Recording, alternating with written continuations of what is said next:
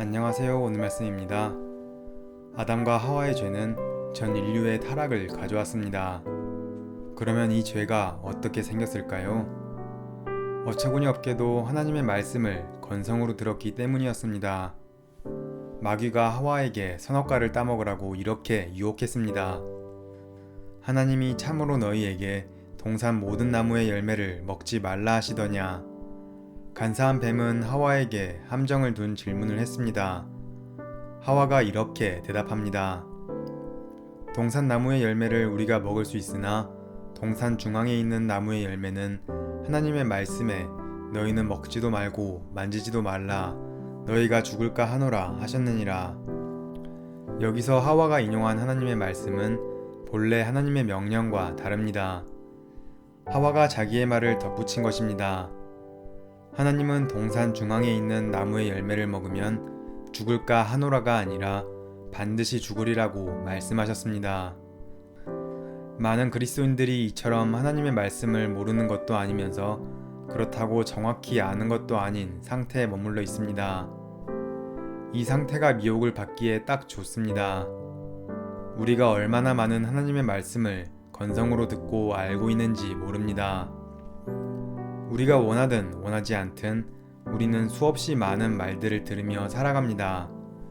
뉴스도 듣고 지나가는 사람의 말도 듣고 TV나 유튜브를 통해서도 듣습니다. 그런 말들이 우리의 마음과 생각에 영향을 끼치고 우리의 인생을 만들어갑니다. 여기에 마귀의 전략이 있습니다. 우리의 귀에 수없이 많은 불신의 메시지, 세상의 말, 절망의 말, 쓰레기 같은 말들을 들려주는 것입니다. 그래서 우리 마음이 자꾸 강팍해지고 낙심되고 지쳐가는 것입니다. 여기에 우리가 하나님의 말씀을 정신 차려 듣고 온전한 믿음을 가져야 하는 이유가 있습니다.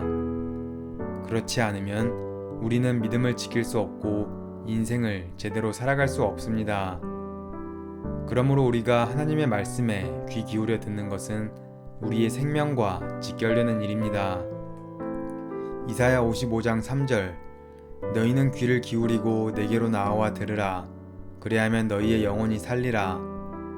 요한복음 6장 63절 살리는 것은 영이나 육은 무익하니라.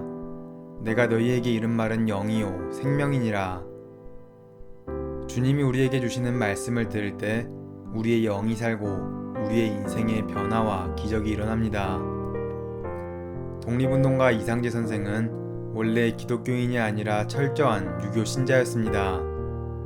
항일운동을 하다가 투옥된 이상재 선생이 독방에 갇혀 외롭게 지내다가 어느 날 감옥 안 마루 틈에서 쪽지를 발견했는데 거기에 신약 성경에 산상수훈이 적혀 있었습니다. 그때 처음 성경을 접하게 되었는데 그 내용이 너무나 황당했습니다. 누가 내 오른밤을 치거든 왼밤도 돌려대라. 오리를 가자고 하거든 심리를 같이 가줘라. 선생은 허무맹랑한 이야기라고 비웃으며 그 쪽지를 다시 마루 틈 사이에 끼워 넣었습니다.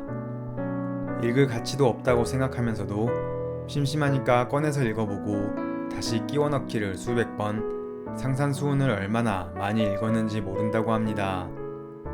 주야로 산상수훈을 깊이 묵상한 것입니다.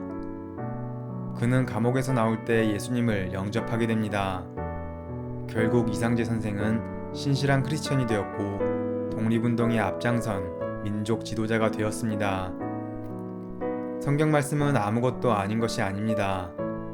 성경에는 우리의 영을 살리고 인생을 바꾸는 능력이 있습니다. 말씀에는 실제로 하나님의 능력이 있습니다. 주님을 만나는 신비한 체험이 모든 그리스도인에게 허락되는 것은 아닙니다.